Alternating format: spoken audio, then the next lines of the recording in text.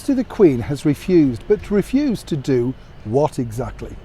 Hi, good morning, Neil Sean here. Nice to have your company. A very quick update on this particular story because, as I've often said here on the show, it's amazing, isn't it, when you think, this is supposed to be a very special year for our reigning monarch of 70 years, and seemingly it just seems to be one problem after another, and it's not really let up, has it? I do feel sorry for her, as I know many of you do. Well, in fact, all of us in our community, we do, don't we? I mean, you kind of just think, give it a rest, but there's never ever a day goes by without yet another problem for our gracious Majesty the Queen. And let me explain the reasons behind this, because obviously on her 70th year lots of things are planned, very spectacular events all up and down the country, across of course the Commonwealth and around the world as well. She's that well loved, well liked.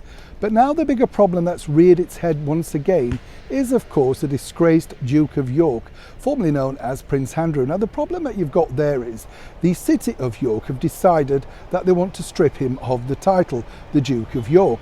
Now, this was all decided, allegedly unanimously, by the local council, mainly Liberal Democrats, let me tell you.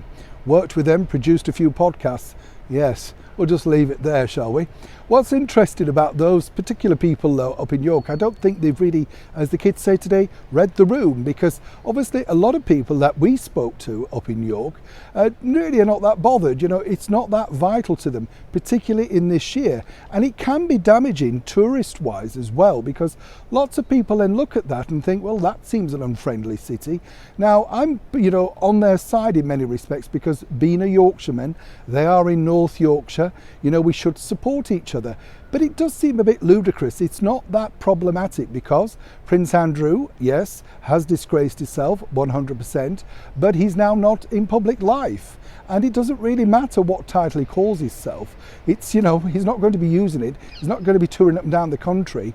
And now, rather difficulty, they've put that in the problem of our gracious Majesty the Queen. So she's hit back basically saying no, she's not going to strip him of that title. Now she's speaking, I can see clearly, as a mother. This would be one final straw too many.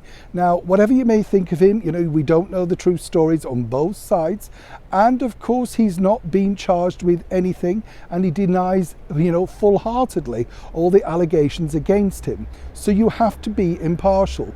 What seemingly seems to have gone wrong is that, I think they felt up in York that they could push forward, and of course by doing that then force Her Majesty the Queen to strip her son of his title. As I say, it's simply not happening. Where we are now is the battle rages on. Now, I would suggest, if I was the main councillors in York, to zip it really, because it's in the favour of our gracious Majesty the Queen.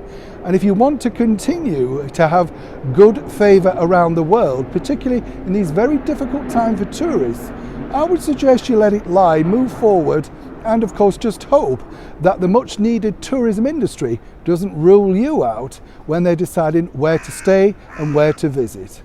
Right now, I'll leave it there. Neil Sean in the very heart of London.